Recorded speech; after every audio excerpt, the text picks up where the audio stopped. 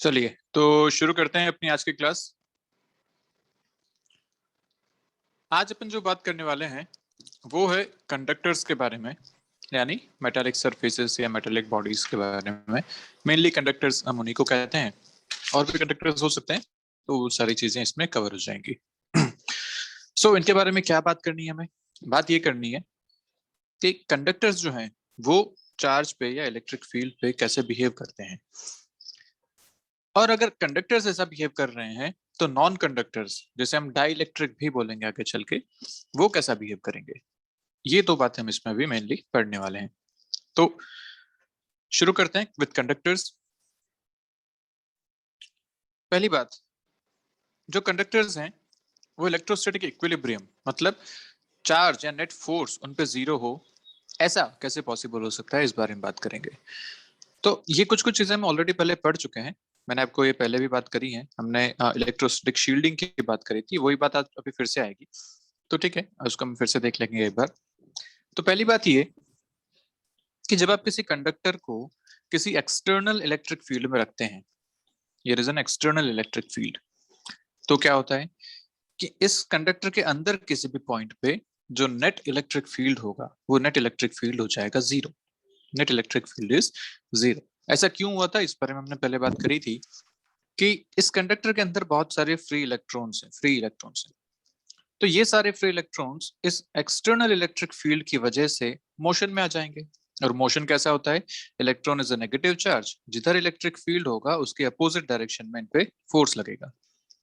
तो जी हाँ, सारे फोर्सेस, सारे इलेक्ट्रॉन्स यहाँ आके इकट्ठे हो जाएंगे, और उसकी वजह से जो सारे होल्स बचे या सारे जो पॉजिटिव चार्जेस हम जिन्हें कह सकते हैं, वैकेंसीज कह सकते हैं, वो सारी इस तरफ इकट्ठी हो जाएंगी। अब इस वजह से क्या होगा भैया? हम जानते हैं कि पॉजिटिव चार्ज की वजह से इलेक्ट्रिक फील्ड होता है अवे, नेगेटिव की वजह से होता है टूवर्ड्स। मतलब यहाँ पे सारे पॉजिटिव चार्जेस की वजह से और सारे नेगेटिव चार्जेस की वजह से इस डायरेक्शन में एक फील्ड क्रिएट हो जाएगा अंदर। और ये फील्ड किस वजह से हुआ? इन इंड्यूस्ड चार्जेस की वजह से। These are the induced charges. इन इंड्यूस्ड चार्जेस की वजह से, अरे अरे अरे, नशरा,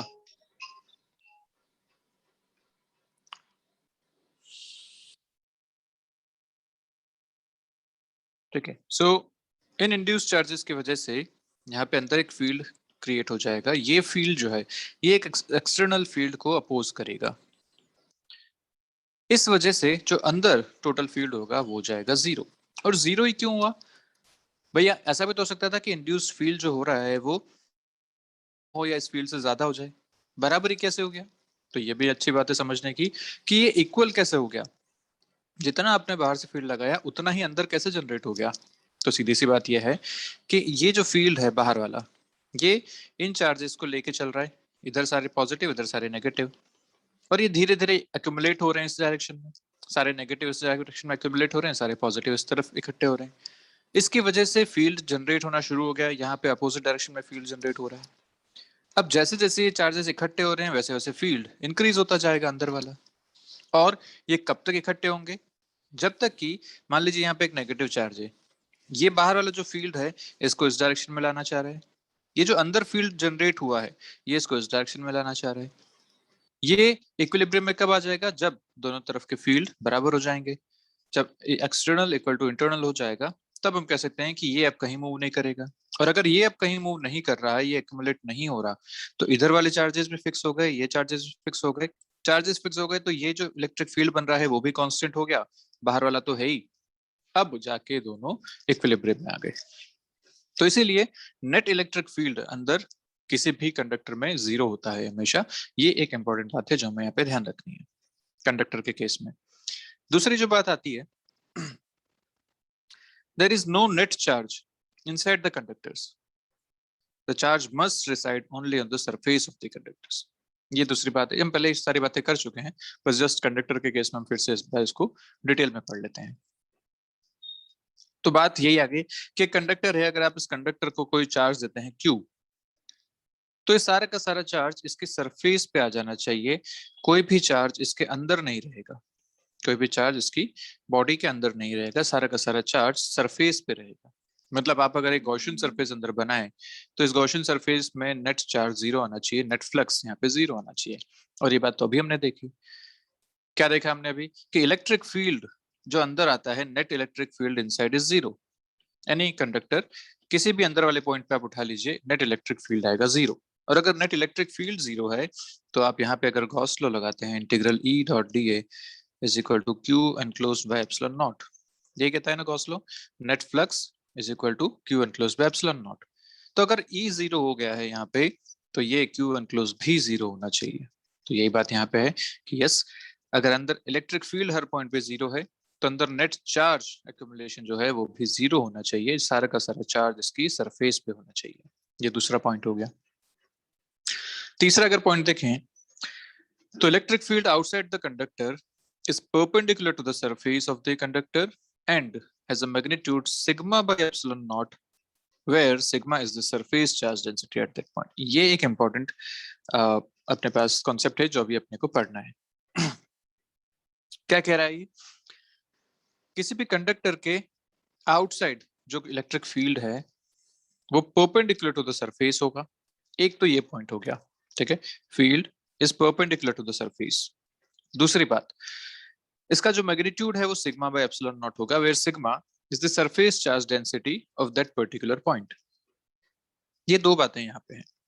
एक बात जो यहाँ पे लिखी गई है ना परपेंडिकुलर वाली, ये हमने बात करी थी जब बात करी थी इक्विपोटेंशियल सरफेसेस के बारे में। इक्विपोटेंशियल सरफेस पे हमने बोला था कि अगर कोई एक सरफेस है जिसका पोटेंशियल अगर v है तो इसके हर पॉइंट पे पोटेंशियल सेम रहेगा। कब रहेगा? जब electric field is perpendicular to this surface. ऐसा क्यों हुआ था? क्योंकि हम जानते हैं दोनों का relation E is equal to minus d V by d x. ये इनका रिलेशन है अगर 1D की बात करो तो। या इसको मैं लिख सकता हूँ delta V is equal to minus integral E dot d x. ऐसा किया जा सकता है। अगर ये दोनों परपेंडिकुलर हैं, या आप ये ऐसा कह सकते हैं कि अगर इलेक्ट्रिक फील्ड इस सरफेस के अलोंग है तो यहाँ पे कोई ना कोई पोटेंशियल डिफरेंस आ जाएगा। लेकिन हम जानते हैं कि कंडक्टर्स जो होते हैं या मेटालिक सरफेसेस जो होते हैं वो इक्विपोटेंशियल सरफेस होते हैं। इक्विपोटेंशियल सरफेस हो गए, इसका मतलब जो इलेक्ट्रिक फील्ड होगा वो इनके हमेशा परपेंडिकुलर आना चाहिए ताकि अलोंग द लेंथ कोई भी पोटेंशियल डिफरेंस ना आ पाए, ये हमेशा परपेंडिकुलर रहे। तो ये बात अपने को समझ में आती है कि जो भी इलेक्ट्रिक फील्ड होगा वो always perpendicular to the surface होगा। एक पॉइंट तो ये हो गई। दूसरा पॉइंट अगर बात करें तो यहाँ लिखा हुआ है दूसरा point sigma by epsilon not. Magnitude कितना है इसका? Sigma by epsilon naught. ये कैसे आया, इसको प्रूव करते हैं चलिए। तो sigma by epsilon not prove करने के लिए अपन ने क्या किया, एक मेटालिक सरफेस कंसिडर किया। इस मेटालिक सरफेस पे एक सिलेंड्रिकल गॉसियन सरफेस अपन ने बनाया। इस सिलेंड्रिकल गॉसियन सरफेस पे अपन इलेक्ट्रिक फील्ड देखना चाहते हैं। इसका एरिया मान लिया अपन ने ए। तो हम जानते हैं कि अगर यहाँ पे फील्ड ई है तो इसके करस्पॉन्डिंग यहाँ पे जो फ्लक्स बाहर आ रहा होगा वो आएगा ई इंटू ए के बराबर। और क्योंकि ये सरफेस को क्रॉस कर रहा है तो सरफेस पे चार्ज कितना आ गया? यहाँ अगर बात करें सरफेस चार्ज डेंसिटी सिग्मा, तो हम कह सकते हैं कि जो चार्ज इसमें आया होगा वो आया होगा सिग्मा इंटू ए। ये चार्ज इसमें आया होगा। सरफेस चार्ज डेंसिटी याद है? Surface charge density is charge by area, इसको बोलते हैं सरफेस चार्ज डेंसिटी। तो अगर मुझे चार्ज निकालना है जो इस ए एरिया पे होगा तो लिखा जाएगा सिग्मा इंटू ए। तो यहाँ जो चार्ज इस सरफेस के करस्पॉन्डिंग आपको मिलेगा, ये वाला चार्ज, वो मिल जाएगा sigma into A. And this is the Q enclosed for this cylindrical surface, Gaussian surface. This is the Q enclosed. तो हम जानते हैं कि अगर इलेक्ट्रिक फील्ड पता है, एरिया पता है, क्यू एनक्लोज पता है तो गॉस लॉ लगाया जा सकता है। गॉस लॉ क्या कहता है? Net flux is equal to q enclosed by epsilon naught. Net flux हो गया आपके पास E into A, electric field into area, q enclose sigma into A by epsilon naught. यहाँ से देखिए ए से कैंसिल, आपके पास मिला electric field is equal to sigma by epsilon naught. And this electric field is perpendicular to the surface, जो कि अभी हमने बात करी थी, perpendicular to this metallic surface. तो ये जो एन कैप यहाँ पे बताया गया है, this n cap represents the unit vector along the area या unit vector perpendicular to the surface. तो ये आपके पास आ गया। हमेशा ध्यान रखिएगा, this is an important concept कि कोई भी एक मेटालिक सरफेस के जस्ट आउटसाइड किसी पॉइंट पे जो इलेक्ट्रिक फील्ड होता है वो होता है सिग्मा बाई एप्सिलॉन नॉट के बराबर, जस्ट आउटसाइड किसी भी पॉइंट पे। तो यहाँ पे अब सिग्मा जो है वो जहां आप जिस पॉइंट पे इलेक्ट्रिक फील्ड देखना चाहते हैं, लेट्स से आप इस पॉइंट पे इलेक्ट्रिक फील्ड देखना चाहते हैं, तो यहाँ का जो लोकल सिग्मा होगा वो आपको कंसिडर करना होगा। यहाँ का सिग्मा बाय एप्सिलॉन नॉट हो जाएगा, मान लीजिए सिग्मा 1 है। यहाँ पे क्योंकि शेप चेंज है, यहाँ पे सरफेस चार्ज डेंसिटी डिफरेंट होगी, तो यहाँ पे आप अगर देखेंगे तो let's say sigma 2 by epsilon not electric field मिल जाएगा। यहाँ पे कुछ और मिलेगा, यहाँ पे कुछ और मिलेगा। जो यहाँ का लोकल सिग्मा है, यहाँ लोकल सरफेस चार्ज डेंसिटी है, उसके करस्पॉन्डिंग आपको यहाँ पे अपना आंसर मिलेगा। और ये बात हम पहले पढ़ चुके हैं एक बार कि जो सरफेस चार्ज डेंसिटी होती है वो इनवर्सली प्रोपोर्शनल होती है रेडियस ऑफ कर्वेचर के। मतलब जहां रेडियस ऑफ कर्वेचर ज्यादा वहां सिग्मा कम, और जहां रेडियस ऑफ कर्वेचर कम होगा वहां सिग्मा ज्यादा होगा। रेडियस ऑफ कर्वेचर क्या होता है कि अगर यहाँ पे मैं एक सर्कल बनाना चाहूँ, जैसे यहाँ पे एक छोटा सा मैंने एरिया लिया ये वाला, इसके लिए अगर मैं एक सर्कल बनाना चाहूँ तो छोटा सा सर्कल बनेगा ऐसा। लेकिन सोचो वही एरिया में अगर एक छोटा सा आर्क यहाँ पे लेता हूँ तो इसके लिए अगर सर्कल कंप्लीट करूंगा तो एक बड़ा सर्कल बनेगा। तो जितना कर्व ज्यादा होगा उतना रेडियस ऑफ कर्वेचर कम होगा। देखिए कर्व ज्यादा है, यहाँ पे ज्यादा मोड़ रहा है, तो ये सर्कल जल्दी बना लेगा, सर्कल जल्दी बना लेगा तो इसकी रेडियस जो होगी वो कम होगी।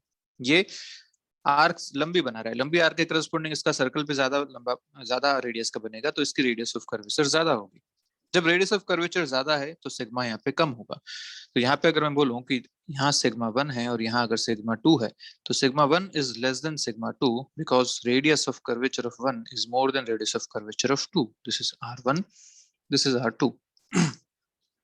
और सिग्मा के करस्पॉन्डिंग अभी हमने बात कर ली कि इलेक्ट्रिक फील्ड भी सिग्मा के प्रोपोर्शनल होता है, जितना सिग्मा ज्यादा उतना इलेक्ट्रिक फील्ड ज्यादा। तो यस, यहाँ के करस्पॉन्डिंग जो इलेक्ट्रिक फील्ड मिलेगा वो ज्यादा मिलेगा, तो मैं लिख सकता हूँ कि E2 is more than E1। Clear बात है यहाँ तक? ये सारी बातें अपने पास आ गई। अब ये जो रेडियस ऑफ कर्वेचर वाला हिसाब है ना, ये जो कॉन्सेप्ट आपने पढ़ा, इसका मैंने एक एग्जांपल दिया था, मैं फिर से आपको याद दिला देता हूँ। एग्जांपल मैंने आपको ये दिया था कि जो हाई राइज बिल्डिंग होती है उनपे थंडर कैप्चर के लिए या जो बिजली गिरती है उसको उसके नुकसान से बचने के लिए क्या करते हैं, ऊपर छतों पे ऐसे बहुत लंबे लंबे ऐसी रॉड्स लगाते हैं, इस टाइप की रॉड्स लगा देते हैं छतों के ऊपर। ऐसे आपने देखा होगा हाई राइज बिल्डिंग्स के ऊपर कई बार ना टावर जैसी शेप में ऐसी रॉड्स दिखती हैं आपको, इस टाइप से पॉइंटेड रॉड्स होती हैं वो। तो पॉइंटेड रॉड्स क्यों लगाते हैं? पॉइंटेड रॉड लगाने का मतलब ये है क्योंकि वहां सरफेस चार्ज डेंसिटी ज्यादा होगी, तो जब बिजली गिरती है तो वो बिजली में एक्चुअली है क्या, चार्ज है वो पूरे, तो वो चार्ज यहाँ पे कैप्चर होते हैं। जितना सरफेस एरिया कम होगा उतना सरफेस चार्ज डेंसिटी ज्यादा होगी, तो सारे के सारे यहाँ पे कैप्चर हो जाएंगे और इनको आप कनेक्ट कर देते हैं फिर अर्थ से, तो सारा का सारा चार्ज अर्थ में मूव हो जाता है, बिल्डिंग को नुकसान होने से बच जाता है। तो ये इसका लॉजिक है, ये बात अपने को अब ध्यान रखनी है। तो ये एक अच्छा कॉन्सेप्ट है जो हमें ध्यान रखना है कि किसी भी कंडक्टर के बाहर किसी भी पॉइंट पे जो इलेक्ट्रिक फील्ड होगा वो होगा sigma by epsilon not. Just पास वाले पॉइंट की बात अपन यहाँ पे कर रहे हैं, बहुत ज्यादा दूर नहीं जा रहे, जस्ट पास वाले पॉइंट्स पे। ठीक है, अगर ये कंडक्टर है तो इसके जस्ट बाहर जो पॉइंट है उस पे परपेंडिकुलर होगा sigma by epsilon not. Sigma is the local surface charge density at that point. Okay, जो इसका फोर्थ कॉन्सेप्ट है वो है कि electrostatic potential has the same value on the surface and inside of the conductor. ये क्या कह रहा है कि अगर एक कंडक्टर आप यहाँ पे लेके चलते हैं तो इसमें जो पोटेंशियल है, हमने बोला था conductors are always equipotential surfaces, तो आप सरफेस के अंदर चले जाइए किसी वैल्यू पे, इनसाइड या आउटसाइड कहीं भी इसका पोटेंशियल जो है होगा वो हमेशा सेम होगा। आप अगर V1 और V2 लिखते हैं तो V1 is always equal to V2 in case of a conductor. तो अगर आप एक सॉलिड स्फीयर लेते हैं तो सॉलिड स्फीयर के अंदर किसी पॉइंट पे पोटेंशियल या सरफेस के किसी पॉइंट पे पोटेंशियल वो हमेशा इक्वल होंगे। ये बात अपने को यहाँ पे ध्यान रखनी है। इलेक्ट्रिक फील्ड डिफरेंट है, याद रखना। इलेक्ट्रिक फील्ड क्या हुआ, इलेक्ट्रिक फील्ड अगर आप ये कंडक्टर लेते हैं तो अंदर इलेक्ट्रिक फील्ड 0 था और सरफेस पे आपने इलेक्ट्रिक फील्ड देखा सिग्मा बाय एप्सिलॉन नॉट। जबकि पोटेंशियल की अगर बात करें तो पोटेंशियल यहाँ पे अंदर और सरफेस पे दोनों पे इक्वल रहने वाला है। आप इसको याद रख सकते हैं इस तरीके से। शेल का एक एग्जांपल ले लीजिए, शेल बहुत अच्छा एग्जांपल इस केस में। क्यों शेल? क्योंकि शेल पे जो चार्ज होता है वो सारा का सारा आउटर सरफेस पे होता है, सेम एज कंडक्टर। कंडक्टर को भी आप चार्ज देंगे सारा का सारा सरफेस पे आ जाएगा। तो शेल के केस में अंदर इलेक्ट्रिक फील्ड होता है 0, बाहर सरफेस पे इलेक्ट्रिक फील्ड होता है Q/R²। ऐसे ही यहाँ जो पोटेंशियल होता है वो अंदर किसी पॉइंट पे पोटेंशियल या सरफेस पे पोटेंशियल V इनसाइड या V सरफेस, ये दोनों बराबर होते हैं के क्यू बाय आर के, ये दोनों इक्वल होते हैं। तो ये बिल्कुल ऐसी बात है जैसे मेटल के केस में हम बात कर रहे हैं कि अंदर इलेक्ट्रिक फील्ड जीरो होगा, अंदर इलेक्ट्रिक फील्ड जीरो होगा, बाहर के क्यू बाय आर स्क्वायर एक शेल के केस में, कंडक्टर के केस में सिग्मा बाय एप्सिलॉन नॉट। आप चाहें तो इसको आप प्रूव भी कर सकते हैं। देखो मैं यहाँ से इसको प्रूव कर सकता हूँ कि this is same as sigma by epsilon naught. यहाँ पे देखिए k is 1/4 pi epsilon naught, q surface charge density into surface area 4 pi r square divided by r square. देखिए क्या बच रहा है, 4 पाई से 4 पाई कैंसिल, आर स्क्वायर से आर स्क्वायर कैंसिल, बचा सिग्मा बाय एप्सिलॉन नॉट। तो कोई भी आप कंडक्टर लेते हैं या कोई भी एक ऐसा सिस्टम लेंगे जिसमें सारा चार्ज सरफेस पे है और कहीं कोई चार्ज नहीं है, तो उस केस में आप सीधा सीधा लिख सकते हैं electric field is equal to sigma by epsilon naught. अब वो चाहे कोई भी शेप हो, यहाँ से आपने शेल के केस में भी देख लिया कि आंसर वही मिल रहा है आपको, सिग्मा बाय एप्सिलॉन नॉट। तो ये बातें हमें ध्यान रखनी है कि पोटेंशियल जो होगा वो इनसाइड आउटसाइड हर पॉइंट पे सेम होगा, जबकि फील्ड इनसाइड जीरो होगा और field outside sigma by epsilon naught होगा। ठीक है, आगे बात करते हैं। इलेक्ट्रोस्टैटिक शील्डिंग के बारे में ऑलरेडी बात कर चुके हैं, फिर से एक बार देख लेते हैं इस बात को कि इलेक्ट्रिक फील्ड लाइंस, अगर कोई एक्सटर्नल इलेक्ट्रिक फील्ड है, चाहे वो यूनिफॉर्म हो चाहे नॉन यूनिफॉर्म हो, उससे कोई फर्क नहीं पड़ता, अंदर किसी कंडक्टर के फील्ड हमेशा होने वाला है जीरो। अब वो अंदर चाहे आप एक कैविटी भी बना देंगे ना, तब भी वहां फील्ड कितना होगा, जीरो होगा। तो यही बात यहाँ पे बताई गई है कि फेराडे केज, एक मैजिशियंस उसको यूज करते हैं, मैजिशियंस जादू दिखाते हैं कि भैया यहाँ पे बहुत बिजली यहाँ चमकती हैं और वो आराम से इस केज के अंदर खड़े रहते हैं। तो ये क्या काम कर रहा है, ये पूरी मेटालिक केज है और मेटालिक केज के करस्पॉन्डिंग हम अभी समझ चुके हैं कि जब मेटल के केस में आप इलेक्ट्रिक फील्ड की बात करते हैं तो इनसाइड किसी भी पॉइंट पे फील्ड होगा जीरो। तो इस बंदे को कोई नुकसान नहीं होगा, ये आराम से यहाँ पे खड़ा रह पाएगा, क्योंकि जितनी भी बिजली चमक रही है, मतलब बिजली चमकना मतलब चार्ज का फ्लो होना या इलेक्ट्रिक फील्ड का वहां फ्लो होना, तो वो सारा का सारा इस कंडक्टर की वजह से ग्राउंड हो जाएगा या अंदर जो है वो शील्डिंग हो जाएगी। इस वजह से हम कह सकते हैं कि ये आराम से यहाँ पे अपना परफॉर्मेंस दे पाएगा, या जिसको आप मैजिक कह रहे हैं बेसिकली, वो साइंस यहाँ पे आराम से यूज कर पाएगा। तो ये होगा इलेक्ट्रोस्टैटिक शील्डिंग। एक लास्ट अपना जो पॉइंट इस टॉपिक का आएगा वो आता है इलेक्ट्रोस्टैटिक इंडक्शन। इंडक्शन हम पहले बात कर चुके हैं, पर एक बार थोड़ी सी इस बारे में और बात करते हैं। इंडक्शन किसे कहते हैं, तो charging without actual contact is called electrostatic conduction, ये बात तो हम जानते हैं। इंडक्शन किसे बोला था आपने, कि अगर एक यहाँ पे चार्ज है, लेट्स से एक शेल है या एक सॉलिड स्फीयर है जिसपे पूरे पे पॉजिटिव चार्ज है, और यहाँ पे एक न्यूट्रल कंडक्टर रखा हुआ है, अगर ये अभी न्यूट्रल है, तो आप बोल सकते हैं कि जब ये पॉजिटिव वाला चार्ज इसके जब बिल्कुल पास में आएगा, तो इस वजह से यहाँ पे कुछ इंड्यूस चार्जेस आएंगे नेगेटिव एंड पॉजिटिव के करस्पॉन्डिंग, ये बात हम जानते थे। अब इसको कैसे यूज कर सकते हैं, कैसे हम इंडक्शन को यूज कर सकते हैं टू ट्रांसफर द चार्जेस या टू चार्ज बॉडी, ये एक इंटरेस्टिंग बात यहाँ पे आती है। How induction can be used to charge a body. ठीक है, देखो अभी आप ध्यान से देखिए, अगर ये ऐसा सिचुएशन है तो यहाँ पे सारे नेगेटिव चार्जेस आ जाएंगे, यहाँ पे सारे पॉजिटिव चार्जेस आ जाएंगे। पर एक बात यहाँ पे देखने वाली बात वो ये है कि जितने नेगेटिव चार्जेस हैं उतने ही पॉजिटिव चार्जेस आएंगे। मतलब ये ऑब्जेक्ट है तो अभी भी न्यूट्रली, चार्ज डिस्ट्रीब्यूट जरूर हो गए, नेगेटिव इधर आ गए पॉजिटिव इधर आ गए, लेकिन है अभी भी न्यूट्रल, नेट चार्ज अभी भी जीरो है। तो इसे हम चार्ज ट्रांसफर नहीं बोल सकते या इसे चार्जिंग ऑफ अ बॉडी नहीं बोल सकते, क्योंकि आप इसे जैसे ही हटाएंगे ना, लेट्स से इसको आपने हटा दिया अब यहाँ से, तो ये फिर से चार्ज अपनी जगह पे वापस आ जाएंगे, पूरा फिर से न्यूट्रल हो जाएगा। तो इसे चार्जिंग नहीं बोलेंगे, इसे आप बोलेंगे कि हाँ ये इंड्यूस हुआ। लेकिन इस इंडक्शन को यूज करके चार्जिंग कैसे की जाए, ये हम अभी आगे देखने वाले हैं। तो जस्ट अ मिनट, ओके, और डायग्राम यहाँ पे अभी मिसिंग है, चलिए अपन ऐसे ही देख लेते हैं। तो अब इसको यूज करके चार्जिंग कैसे की जाए इस बारे में बात करते हैं। तो अपन यहाँ पे लगते हैं पहला स्टेप ये है कि आपने एक न्यूट्रल ऑब्जेक्ट ले लिया, this is a neutral object. यहाँ पे आप ले आए एक चार्ज रॉड, एक चार्ज रॉड लेके आ गए। ठीक है, इससे क्या होगा हम जानते हैं, इससे होगा ये कि यहाँ पे सारे नेगेटिव चार्जेस आ जाएंगे, यहाँ पे सारे पॉजिटिव चार्जेस आ जाएंगे। यहाँ तक तो बात क्लियर है। अब अपन ने क्या किया, सेकंड थी, इसे जो यहाँ पे था इसे मैंने कर दिया अर्थ। ये अभी भी यहीं पे है, पास में खड़ा हुआ है बिल्कुल। इसको मैंने कनेक्ट कर दिया अर्थ से। इसको बोलते हैं ग्राउंडिंग या अर्थिंग। अर्थिंग बोलते हैं इसे, ठीक है। तो ये अर्थिंग करने से क्या होगा? अर्थिंग करने से होता यह है कि जो नेट पोटेंशियल होता है वो हो जाता है जीरो। देखिए मैंने आपको बोला था कि जब भी आप दो कंडक्टर्स को कनेक्ट करते हैं तो उन कंडक्टर्स को कनेक्ट करने से उनका पोटेंशियल इक्वल हो जाता है। ये बात हमने कल एक क्वेश्चन में भी करी थी। हमने बात करी थी दो स्फीयर्स की, एक रेडियस आर का था, एक रेडियस 2r का था। इन दोनों को जब कनेक्ट किया तो हमने पूछा था बताइए इन पे फाइनल चार्जेस कितने कितने आ जाएंगे।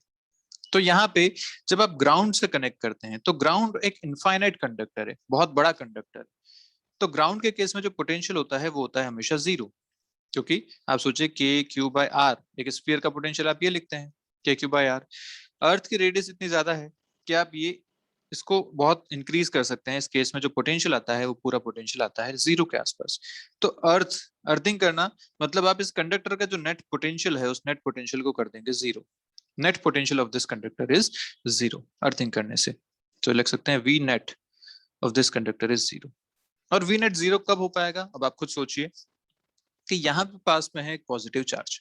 इस पॉजिटिव चार्ज की वजह से मैं इसके किसी भी पॉइंट पे अगर देखूं, मान लीजिए इस पॉइंट पे देखते हैं, तो इस पॉइंट पे इस पॉजिटिव चार्ज की वजह से पॉजिटिव पोटेंशियल आ रहा होगा। हम जानते हैं ना कि एक पॉइंट चार्ज की वजह से किसी डिस्टेंस पे पोटेंशियल कितना होता है। अगर ये क्यू है तो k q by r is the potential. तो यहाँ पे बहुत सारे पॉजिटिव चार्जेस हैं, इसकी वजह से इन सरफेसेस पे पॉजिटिव पोटेंशियल जरूर आ रहा होगा। और हमें करना है इसका नेट पोटेंशियल जीरो। तो मतलब इस पे जो चार्जेस रहने चाहिए वो नेगेटिव चार्जेस रहने चाहिए, तभी तो ये अपना नेट पोटेंशियल जीरो कर पाएगा। क्योंकि पॉजिटिव पोटेंशियल इसकी वजह से यहाँ क्रिएट हो रहा है, नेगेटिव खुद की वजह से क्रिएट कर लेगा, तो इसका जो नेट पोटेंशियल है वो हो जाएगा जीरो। और नेट पोटेंशियल जीरो क्यों हुआ? क्योंकि आपने इसको अर्थ से कनेक्ट कर रखा है, अर्थिंग कर रखी है। अब अपन क्या करते हैं, इस अर्थिंग को यहाँ से हटा देते हैं। अब इस अर्थिंग को अपन यहाँ से हटा देते हैं, सॉरी इसको हटा देते हैं। हटाने से क्या हुआ? अच्छा, वैसे अर्थिंग करने से हुआ क्या कि जो सारे पॉजिटिव चार्जेस इस पे थे ना, वो सारे पॉजिटिव चार्जेस इसमें फ्लो कर गए। पॉजिटिव चार्जेस सारे अर्थ में फ्लो कर गए। या आप इसको ऐसा कह सकते हैं कि इलेक्ट्रॉन्स जो थे वो अर्थ से उठ के, इलेक्ट्रॉन जो थे वो अर्थ से उठ के सरफेस में आ गए। ऐसा आप इसको बोल सकते हैं कि इसने एक एक्स्ट्रा इलेक्ट्रॉन्स अर्थ से अपने अंदर ले लिए, ताकि पॉजिटिव जितने भी थे वो सारे न्यूट्रल हो गए और नेगेटिव जो है वो सारे इस पे बच गए। तो अब आपका केस क्या हो गया कि इस पे सारे नेगेटिव चार्जेस हैं। आप इस रॉड को भी हटा दीजिए, इस अर्थिंग को भी हटा दीजिए। पहले रॉड रहती है, फिर लास्ट स्टेप में आप इस रॉड को भी हटा दीजिए, तो फाइनली आपके पास जो बचेगा, अब बचेगा ये एक प्रॉपर चार्ज्ड कंडक्टर। तो इंडक्शन को यूज करके आपने इस कंडक्टर को चार्ज कर दिया।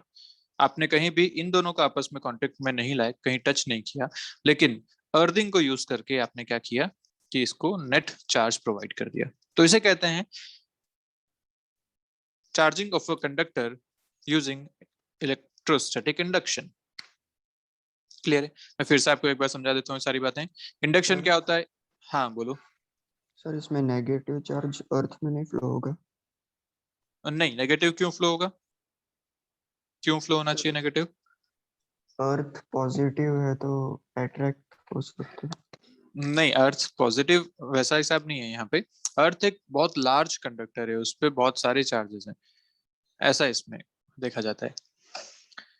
अर्थ का नेट पोटेंशियल जीरो देखा जाता है, ये आप हमेशा ध्यान रखिए। अर्थ का नेट पोटेंशियल जो है वो जीरो है, क्योंकि पोटेंशियल भी एक रेफरेंस के हिसाब से हम देखते हैं। आपको याद है ना कि हमने इनफाइनाइट पे पोटेंशियल जीरो माना था। इनफाइनाइट पे पोटेंशियल जीरो था और उसके करस्पॉन्डिंग एक चार्ज को अपन लेके आते थे। यहाँ से हमने पोटेंशियल और वर्क डन और एनर्जी डिफाइन किया था। सिमिलरली जब अर्थ के केस में बात करते हैं तो अर्थ इतना बड़ा कंडक्टर है, इसकी रेडियस इतनी बड़ी है कि इसका जो पोटेंशियल सरफेस में मान सकते हैं आप जीरो मान सकते हैं। तो उस केस में जब भी अर्थिंग करेंगे तो आपको इसका नेट पोटेंशियल जीरो करना होगा। नेट पोटेंशियल, ये बात ध्यान रखिएगा हमेशा, net potential is zero. Net potential zero, तो इधर से पॉजिटिव आ रहा है तो खुद का नेगेटिव पोटेंशियल आएगा, तभी नेट जीरो हो पाएगा। ये यहाँ पे सिस्टम है, ठीक है। Yes sir. तो इस तरीके से यूज करके आपने एक नेट चार्ज इस कंडक्टर को प्रोवाइड कर दिया। तो अर्थिंग के केस में आप हमेशा याद रखिए, जब भी अर्थिंग करेंगे तो net potential of the conductor जिसको अर्थ किया गया है, net potential of the conductor should be zero. ये बात आपको यहाँ पे ध्यान रखनी है। नेट पोटेंशियल, इसको हाईलाइट कीजिएगा, नेट पोटेंशियल। ठीक है, चलिए तो इस पे रिलेटेड एक क्वेश्चन आपसे पूछा गया, देखिए क्वेश्चन क्या कह रहा है। A small ball of conducting material having a charge plus q and a mass m is thrown upward at an angle theta to horizontal surface with an initial speed v naught, जैसा कि यहाँ दिखा रखा है। Projectile जैसा question दिख रहा है कुछ कुछ। Yes, there exists an uniform electric field E downward along with the gravitational field G। तो यहाँ पे दो फोर्सेस हैं इसके ऊपर, एक जी हमेशा इस पे नीचे की तरफ लग रहा है, mg जो लग रहा है वो नीचे की तरफ लग रहा है हमेशा। दूसरा, क्योंकि ये एक पॉजिटिव चार्ज है और इलेक्ट्रिक फील्ड भी नीचे की तरफ है, तो पॉजिटिव चार्जेस पे इलेक्ट्रिक फील्ड के डायरेक्शन में फोर्स लगता है, तो इस पे हमेशा एक नीचे की तरफ यहाँ पे फोर्स लग रहा होगा, which is equal to q into E. तो इस पे दो फोर्सेस हमेशा नीचे की तरफ लग रहे हैं, एक mg लग रहा है, दूसरा क्यू लग रहा है। इन दो फोर्सेस की वजह से इसका मोशन यहाँ पे हो रहा है। तो आपसे क्या क्या पूछा गया, calculate the range, maximum height and time of flight in the motion of this charge ball, neglect the effect of air, treat the ball as a point mass. ठीक है, तो ये बिल्कुल वैसा ही क्वेश्चन है जैसा प्रोजेक्टाइल में करते हैं, बस यहाँ पे बात क्या हो जाएगी कि प्रोजेक्टाइल के केस में आप सिर्फ एक फोर्स वहां पे यूज करते थे which was gravitational force, but यहाँ पे आपको दो फोर्सेस यूज करने पड़ेंगे, mg प्लस QE। तो ठीक है, अपने सॉल्व करते हैं अपना आंसर। हमें यहाँ के फॉर्मुलाज याद होने चाहिए। तो प्रोजेक्टाइल मोशन के जो फॉर्मुलाज थे, किसी को याद है प्रोजेक्टाइल मोशन में टाइम ऑफ फ्लाइट का फॉर्मूला क्या था? Projectile motion time of flight, बोलो बोलो, याद करो जल्दी से, क्या u फॉर्मूला था? square by 2as। नहीं, प्रोजेक्टाइल मोशन के लिए हमने स्पेसिफिकली फॉर्मुलाज पढ़े थे ना। प्रोजेक्टाइल मोशन के लिए फॉर्मूला ऐसे, टाइम ऑफ फ्लाइट का फॉर्मूला, हाइट का फॉर्मूला, रेंज का फॉर्मूला, ये सारे पढ़े थे हमने। कुछ कुछ याद करो, क्या क्या फॉर्मूलाज थे? Time of flight is 2u sin theta by g। कुछ याद आ रहा है? Yes sir. हाँ, कैसे आया था वो भी देख लेते हैं, बहुत कोई इसमें बड़ी बात नहीं है। देखो, टाइम ऑफ फ्लाइट निकालने का तरीका क्या होता है कि यहाँ से यहाँ तक गया तो y डायरेक्शन में जो इसका नेट डिस्प्लेसमेंट है, y डायरेक्शन में जो इसका डिस्प्लेसमेंट है वो है 0, क्योंकि ये ग्राउंड से शुरू हुआ था, वापस ग्राउंड पे खत्म हो गया। तो आप y डायरेक्शन का डिस्प्लेसमेंट 0 कर दीजिए, तो हम लिखते हैं s equal to ut plus half a t square. ऐसा, यहाँ पे y डायरेक्शन में जो इनिशियल वेलोसिटी है, क्योंकि इस डायरेक्शन में v नॉट है, या मैं यहाँ u लेके चल रहा हूँ, तो ये u है, तो ये एंगल थीटा है, तो u sin theta is the initial velocity in this direction into t minus half G T square करेंगे, तो यहाँ से आपको टाइम ऑफ फ्लाइट मिलता था 2u sin थीटा बाई जी। पर ये कब मिलता था? जब एक फोर्स होता था g, पर यहाँ पे एक फोर्स नहीं है, यहाँ पे दो फोर्सेस हैं। दो फोर्सेस कौन से? mg plus QE। तो यहाँ का अगर मुझे नेट एक्सेलरेशन निकालना है, तो मैं नेट एक्सेलरेशन लिखूंगा g plus QE by m। क्या क्या? फोर्स बाय मास, तो g plus QE by m, this is the net acceleration. तो जहां भी अब g आ रहा है ना, वहां पे g के साथ साथ क्या आ जाएगा? Plus QE by m, g plus QE by m। ये आपका आ जाएगा टाइम ऑफ फ्लाइट, सीधा सीधा, बिल्कुल कोई दिक्कत वाली बात नहीं है। जहां पे जी था वहां पे जी प्लस क्यू बाई हम रिप्लेस कर दीजिए, आपके आंसर सारे आपको मिल जाएंगे। सिमिलरली हमें चाहिए था यहाँ पे रेंज। तो रेंज क्या होता है? रेंज होता है कि इसने हॉरिजॉन्टल डायरेक्शन में कितनी डिस्टेंस कवर करी, जब यहाँ से यहाँ तक चला तो दिस इज रेंज, ये कितना कवर किया। तो हॉरिजॉन्टल डायरेक्शन में कोई फोर्स नहीं है, इस डायरेक्शन में कोई एक्सेलरेशन नहीं है। जब इस डायरेक्शन में कोई एक्सेलरेशन नहीं है, हमें पता है कि इस डायरेक्शन में कांस्टेंट वेलोसिटी से चल रहा है u cos थीटा से। ये अगर u है, ये एंगल थीटा है, तो इस डायरेक्शन में u cos थीटा वेलोसिटी है।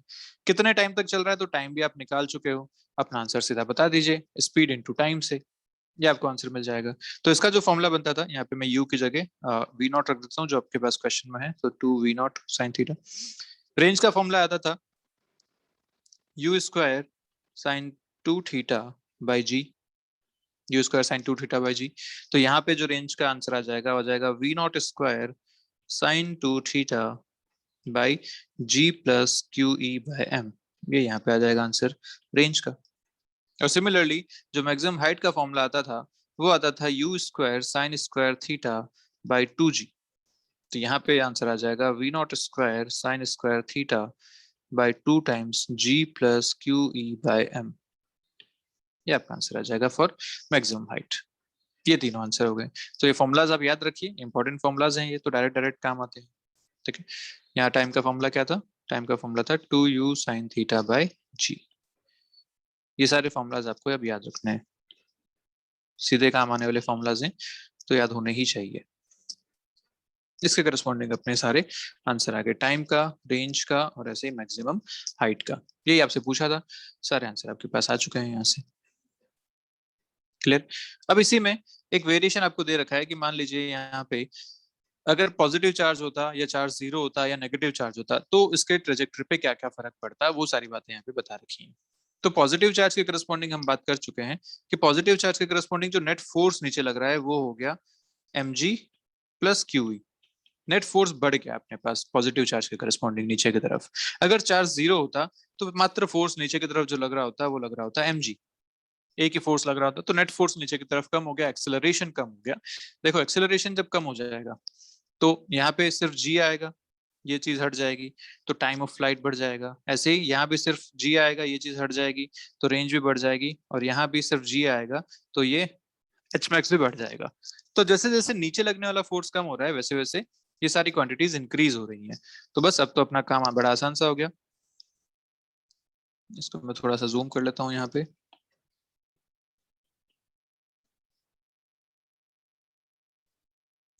काम आसान कैसे हो गया कि भैया जितना चार्ज या जितना फोर्स नीचे की तरफ उतना ही इसका जो मोशन होगा वो कम होगा, उतना ही टाइम कम होगा, उतनी रेंज कम होगी, उतनी हाइट कम होगी। अगर इस सिर्फ mg लग रहा है तो थोड़ा सा बढ़ गया, इसके सारे मोशन के पैरामीटर्स बढ़ गए। और अगर सोचो ये नेगेटिव चार्ज होता तो क्या होता, mg लग रहा है नीचे की तरफ और क्योंकि नेगेटिव चार्ज है इस पे फोर्स लगता है ऊपर की तरफ opposite to the electric field. यहाँ पे तो फोर्स और कम हो गया, mg माइनस QE हो गया। तो जैसे जैसे आप ये वेरिएशन कर रहे हैं चार्ज में वैसे वैसे लगातार नीचे की तरफ लगने वाला फोर्स कम हो रहा है, तो इसके जो मोशन पैरामीटर्स हैं वो और इंक्रीज हो जाएंगे, ये ज्यादा हाइट तक जाएगा, ज्यादा रेंज कवर करेगा और ज्यादा टाइम तक ये हवा में रहेगा। तो ये कंपैरिजन है जो यहाँ पे आपसे पूछा जा सकता है, कई बार क्वेश्चन ऐसे स्टेटमेंट फॉर्म में पूछा जा सकता है कि आपने तीन पार्टिकल्स फेंके, एक पॉजिटिव चार्ज था, एक न्यूट्रल था और एक नेगेटिव चार्ज था, इलेक्ट्रिक फील्ड इस तरीके से आपको दिया गया है। तो बताइए उनके जो मोशन पैरामीटर्स होंगे मतलब टाइम ऑफ फ्लाइट, हाइट और रेंज, उनको आप असेंडिंग ऑर्डर या डिसेंडिंग ऑर्डर में अरेंज कीजिए। ऐसा क्वेश्चन आपसे पूछा जा सकता है। तो आराम से आप बता सकते हैं कि जितना ज्यादा फोर्स नीचे की तरफ होगा उतना ही इसके पैरामीटर सारे कम होंगे क्योंकि वो जल्दी नीचे गिर जाएगा। जितना फोर्स कम होगा नीचे की तरफ उतना ही ये ऊपर की तरफ जा पाएगा। ये आपको सारी बातें यहाँ पे ध्यान रखनी है। ठीक है, चलिए अब कंडक्टर्स की बात तो आपने कर ली, अब बात करते हैं इंसुलेटर्स की। ये इंसुलेटर क्यों हम पढ़ रहे हैं, क्योंकि हम जो अगला चैप्टर पढ़ने वाले हैं उसमें बात करेंगे हम कैपेसिटर्स की। और capacitor is storage of energy, ये मैंने आपको पहले बता रखा है। जब हमने बात करी थी दो पैरेलल प्लेट के बीच में इलेक्ट्रिक फील्ड की, तो हमने बोला था कि जो सारा का सारा इलेक्ट्रिक फील्ड है वो इन दोनों प्लेट्स के बीच में था। बाहर यहाँ भी इलेक्ट्रिक फील्ड जीरो था और यहाँ भी इलेक्ट्रिक फील्ड जीरो था। इस केस में जो सारी की सारी इलेक्ट्रिक एनर्जी है, जो इलेक्ट्रिक फील्ड की एनर्जी है, वो इस रीजन में कन्फाइंड थी, इसी को कैपेसिटर बोला गया था। अब ये जो रीजन है पूरा यहाँ पे, यहाँ बीच में एयर हो सकती है या फिर आप कोई मटेरियल इन प्लेट्स को सपोर्ट करने के लिए बीच में लगा सकते हैं। वो जो मटेरियल होता है वो नॉन कंडक्टिंग मटेरियल होता है। अगर वो नॉन कंडक्टिंग मटेरियल है और वो इलेक्ट्रिक फील्ड में रखा हुआ है तो उसकी क्या क्या प्रॉपर्टीज हैं वो हम यहाँ से समझ पाएंगे डाइलेक्ट्रिक्स और इंसुलेटर्स से। तो डाइलेक्ट्रिक्स या इंसुलेटर्स हम जानते हैं सबसे पहले क्या क्या हो सकते हैं। Non polar molecules, non polar molecules मतलब जिनका centre of negative charge coincides with the centre of positive charge, इनको बोलेंगे नॉन पोलर। जैसे आप मान सकते हैं कि यहाँ पे जितना भी चार्ज डिस्ट्रीब्यूशन है ये सारा पॉजिटिव, क्योंकि नॉन कंडक्टिंग है तो चार्ज जहां आप दे दोगे वो वहां रहेगा, और अंदर ही सारा नेगेटिव चार्ज इस तरीके से रखा हुआ है। फिर अंदर पॉजिटिव चार्ज मान लीजिए, फिर अंदर नेगेटिव चार्ज मान लीजिए, इस तरीके से चार्ज इसमें डिस्ट्रीब्यूशन है। तो नॉन पोलर वो मॉलिक्यूल्स कहलाते हैं जिसमें सारे के सारे positive charges and negative charges का सेंटर जो होगा वो एक जगह होगा। अब इसमें example of non polar molecules are hydrogen, oxygen, carbon dioxide, ये सारे जो हैं वो नॉन पोलर हैं। It has no permanent dipole moment. Dipole moment आपने पढ़ लिया। डाइपोल मोमेंट क्या होता है, दो चार्जेस जब किसी डिस्टेंस पे रखे होते हैं तो वो एक डाइपोल क्रिएट करते हैं। क्लियर। तो जिनमें कोई परमानेंट डाइपोल मोमेंट नहीं होता इनको अपन कहते हैं नॉन पोलर। लेकिन जैसे आप यहाँ पे एक एक्सटर्नल इलेक्ट्रिक फील्ड लगाएंगे, मान लीजिए इस मॉलिक्यूल को, इस एटम को उठा के आपने इस एक्सटर्नल इलेक्ट्रिक फील्ड में रख दिया, तो अब क्या होगा, इलेक्ट्रिक फील्ड जो है वो सारे पॉजिटिव चार्जेस पे फोर्स लगाएगा एक तरफ और नेगेटिव चार्जेस पे फोर्स लगाएगा अपोजिट डायरेक्शन में। तो यहाँ क्या बनेगा, ये पॉजिटिव और ये नेगेटिव में थोड़ा सा डिस्टेंस आ गया, इस डिस्टेंस की वजह से यहाँ पे डाइपोल मोमेंट क्रिएट होगा। ओके, अब ये डाइपोल मोमेंट, क्योंकि डाइपोल मोमेंट यहाँ पे आ चुका है, ये इलेक्ट्रोस्टैटिक प्रॉपर्टीज को अब शो करेगा। तो यही बात हमें यहाँ देखनी है कि when an external electric field is applied, the centers of positive and negatively charges are separated by a small distance, which induces dipole moment in the direction of the external electric field, जैसा कि यहाँ दिखा रखा है। Then the dielectric is said to be polarized by an external electric field. जो पहले non polar था वो अब पोलराइज हो गया है, इसमें दो पोल्स बन गए हैं, एक नेगेटिव एक पॉजिटिव एट सम डिस्टेंस, तो इसे बोला जाता है पोलराइजेशन। अब ये जो पोलर मॉलिक्यूल्स हैं ये क्यों इंपॉर्टेंट हो जाते हैं हमारे लिए, इस बारे में बात करते हैं। तो जब पोलर मॉलिक्यूल्स, मान लीजिए कोई एक मटेरियल है, इसके अंदर पोलर मॉलिक्यूल्स हैं ऐसे, तो पोलर मॉलिक्यूल्स के केस में ये सारे के सारे देखिए आप डाइपोल बना रखें, सारे डाइपोल्स हैं, नेगेटिव पॉजिटिव, लेकिन सबका ओरिएंटेशन रैंडम है, रैंडम ओरिएंटेशन में सारे रखे हुए हैं। तो आप इस पूरे सिस्टम के लिए अगर नेट डाइपोल मोमेंट बताएंगे तो नेट डाइपोल मोमेंट 0 आ जाएगा। ऐसा मैं इसलिए कह सकता हूँ क्योंकि रैंडमली ओरिएंटेटेड है।